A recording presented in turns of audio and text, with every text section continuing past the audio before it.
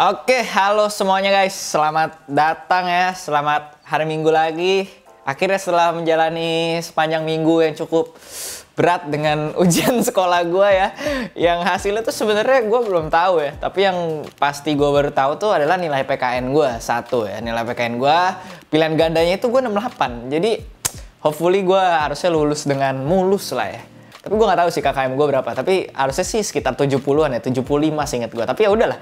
Tapi tenang aja karena udah masuk hari Minggu juga dan gue bakalan bawain beberapa berita menarik nih. Tentunya ada masalahnya si Brands juga ya. Yang kemarin tuh sempat lagi rame itu tentang live yang lupa matiin mic. Dan ada beberapa update terkait dari Master sih, Masternya Valorant.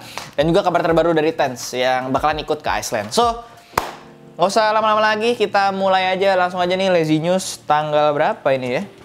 Tanggal 9 Mei 2021. So, here we go.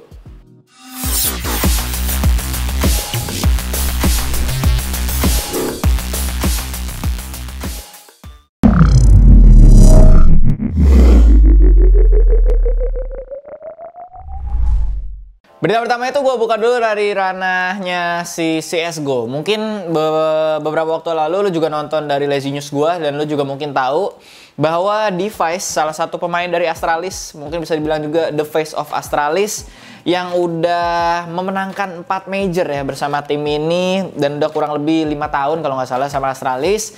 Dia itu cabut dan pindah dari Astralis ke Ninja in Pyjamas karena dia pengen punya vibes main di bootcamp katanya. Tapi baru-baru ini ada kabar terbaru dari Ninja in Pyjamas juga. Dan kabarnya ini sebenarnya datangnya tuh belakangan ini ya, dari rumor-rumor tentang yang mengatakan katanya itu sebenarnya Device itu kontraknya tuh berakhir di tahun ini, dia bilang. Tapi ya karena berakhir di tahun ini, tapi karena dia memutuskan untuk pindah ke Ninja in Pyjamas juga dan diizinin sama Astralis, maka ada biaya transfer sekitar katanya $1 juta, $1 million.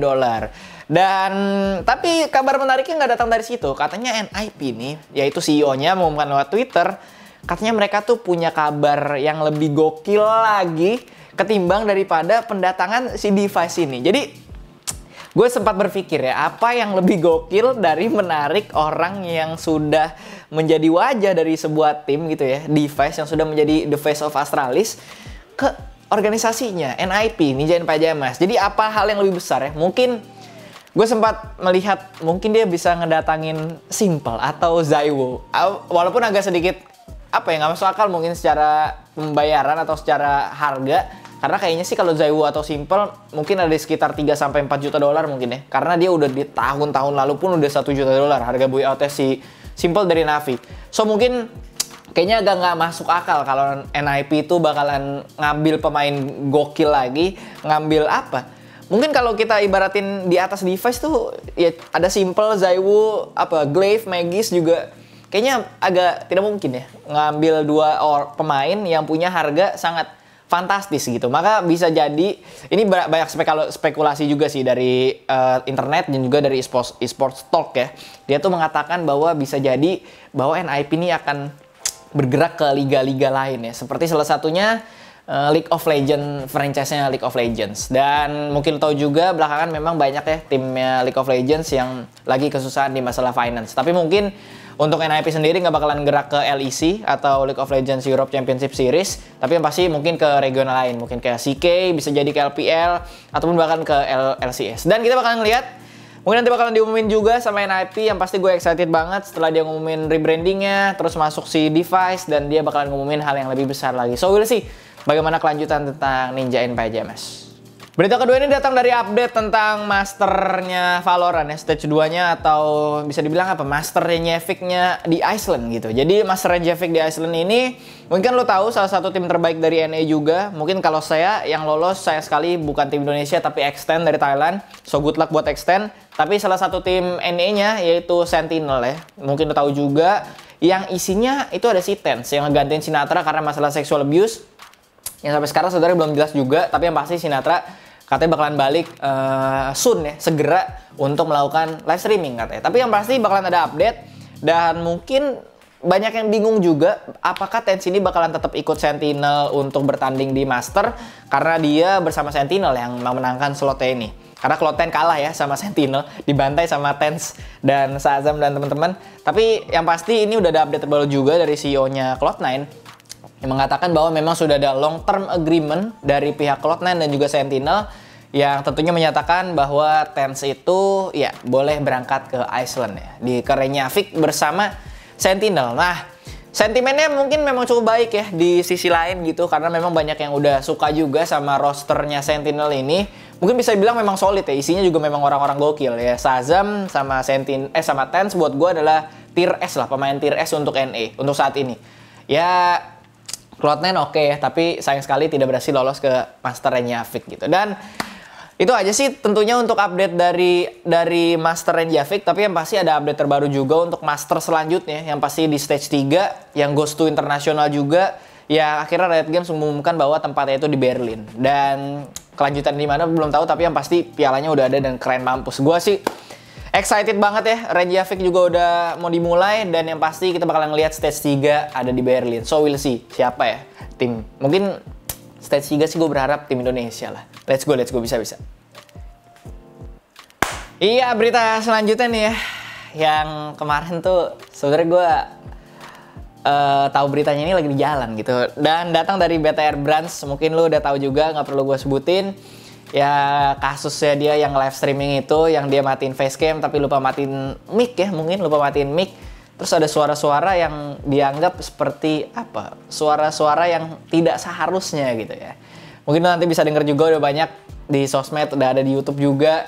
Dan hopefully gue masih bisa download videonya harusnya masih bisa ya. Tapi yang pasti untuk saat ini Brands dia sendiri udah minta maaf ya, yang pasti update terbarunya. Dan tapi kalau dari pihak organisasi sendiri, BTR yang sayang banget sih menurut gue, sangat-sangat gue sayangkan. Kenapa pada saat masa-masa jayanya BTR gitu ya, masa-masa jayanya BTR Mobile Legends terutama, yang baru aja jadi runner up dari MPL ID season 7, tapi ada sebuah kasus yang tidak enak gitu. Sangat disayangkan saja buat gue. Tapi yang pasti Brand sendiri lagi kena skors mungkin ya sama pihak BTR dan dia nggak bisa ikut MSC 2021. Padahal menurut gue Brand adalah salah satu pemain pilar mungkin ya, pemain pilar dari BTR. Tapi kita bakalan ngeliat lah yang pasti kelanjutan tentang si Brands ini ya. Terutama gue lebih concern ke arah BTR-nya sih, bagaimana performance dia di MSC 2021 kalau misalkan nggak ada Brands gitu ya. Tapi yang pasti ya oke lah, nggak apa-apa. Dan jangan terlalu rame-rame juga, udah kita lewatin aja. Gue juga cuma nyampein beritanya aja kalau semua. Oke, good luck BTR di MSC 2021 ya. Berita selanjutnya ini masih datang dari Mobile Legends ya, yaitu mungkin lo tahu juga di tahun lalu ada MPLI atau Mobile Legends Invitational ya, yang tentunya turnamen internasional saya yang diadain sama One Esports atau MPLI 2020 namanya tahun lalu. Dan kini One Esports menyatakan bahwa dia siap kembali hadir lagi untuk mengadakan MPLI ya. Asik nih. Kalau di tahun lalu tuh nggak ada MSC 2021, tahun lalu tuh nggak ada MSC 2020, tapi ada MPLI 2020. Dan tahun ini kita bakal ngeliat MSC 2021 dan ada MPLI 2021. Jadi asik banget. Tentunya pertandingan antar tim Mobile Legends di SEA ya. Dan yang pasti apakah jika kita melihat track record dari tahun lalu, apakah tim Indonesia tuh bisa kembali menjuarai MPLI 2020. Dan tahun lalu sendiri yang menang tentunya Alter Ego di saat high peak performance dia, tapi sayang di MPLI di season 7 ini kayaknya dia agak sedikit kurang konsisten ya. Strong di awal-awal tapi sayang banget di pertengahan sampai ke akhir tuh performance-nya turun, bahkan keluar di playoff ya. Abis RRQ baru dia cabut gitu. Gugur kedua. So we'll see MPLI 2021 dan yang pasti hadiahnya itu sebesar 100.000 US dollar ya. Dan bakalan diadainnya belum tahu sih formatnya bakalan ngambil online ataupun offline, tapi kalau tahun lalu yang pasti itu formatnya online dan bakalan diadain di quarter keempat di tahun 2021, tapi tanggalnya sih belum ada sampai saat ini. So kita bakalan lihat lah MPLI 2021 dan yang pasti stay Indo Pride aja.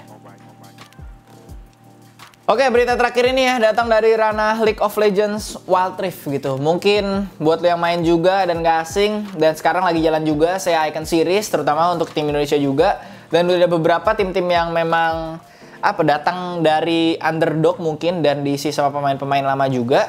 itu udah mulai ditarik-tarikin sama beberapa organisasi e-sport, sudah mulai diakuisisi. Kayak macam Valorant zaman dulu, kayak Elec Bosa, sekarang Alter Ego, terus Elec Bosa itu sekarang NXL ya. Dan Somnium dulu rosternya yang teh-tehan itu sekarang banyak anak Alter Ego. Dan yang pasti itu sekarang ada kabar terbaru tentang masalah turnamennya dari League of Legends Wild Rift. Dan sebelumnya kan gue sempat nyampein juga bahwa memang bakalan ada turnamen dunia untuk League of Legends Wild Rift, tapi nggak tahu kapan. Dan ini salah satu head of global esports-nya Riot Games atau si John Needham, itu dia menyampaikan ini kepada The Esports Observer ya, bahwa mereka itu sebenarnya sudah sangat berkomitmen untuk saat ini mengadakan turnamen dunia atau World Championship-nya untuk League of Legends Wild Rift. Tapi yang pasti mereka belum bisa memberikan tanggal pastinya kapan. Dan mereka juga nggak tahu bakalan formatnya gimana, juga masih belum bisa bocorin mungkin. Tapi yang pasti mereka saat ini sudah benar-benar menyatukan hati ya, untuk bersama-sama. Saya siap sepertinya mengadakan Worlds 2021 untuk League of Legends Wild Rift. Tapi yang pasti harusnya datangnya bakalan di kuartal keempat di 2021, yaitu di 3 bulan terakhir. Sorry gue nggak bisa sebutin karena gue nggak hafal bulan. Kalau gue mau sebutin gue harus ulang dari Januari. Oke, jadi takut kelamaan, lu bisa lah 3 bulan terakhir lah. Pokoknya dari 12 3 bulan terakhir. Nah, gue nggak tahu. Tapi yang pasti kita bakalan ngelihat mungkin announcement selanjutnya dari Riot Games, dan gue juga udah excited banget. Tapi kalau memang melihat sedikit pasar e-sport saat ini, pasar game juga, itu memang salah satu yang terbesar adalah sekarang mobile games. Dan kalau lu lihat juga udah banyak banget game-game PC yang sekarang ataupun konsol mungkin yang masuk dan porting gamenya ke mobile games ya. Dan tentunya memetik buah manis salah satunya PUBG Mobile. Mungkin League of Legends Wild Rift juga sudah mulai memikirkan sirkuit e-sportnya, dan dimulai begin with Icon Series, dan dia bakalan ngeliat gimana crowdnya, gimana tanggapan dan sentimen ininya juga audiensnya. So mereka mungkin bisa memutuskan setelah Icon Series ini. Dan tentunya ya, lagi-lagi Southeast Asia atau Asia Tenggara jadi one of the largest market untuk mobile games gitu. Terlihat sekali dari bagaimana mereka membuat turnamen ya, yaitu Icon Series. So itu aja mungkin berita yang bisa gue sampaikan di minggu-minggu ini ya. Terima kasih semua yang udah nonton sampai akhir. Jangan lupa juga di like, share, dan subscribe tentunya. Dan doakan ya semoga hasil ujian gue tuh anjay mabar dan mantap gitu. Tapi tentunya jangan lupa juga untuk follow kita di @blazy_sports untuk lo dapetin berita-berita terlanjut dari esports ya. Lewat sosial media lo, gue ada di Instagram juga. Dan lo bisa follow gue juga, yaitu di @joshua_harinata.c. So see you soon guys. Keep lazy and stay competitive. Dan bye-bye guys.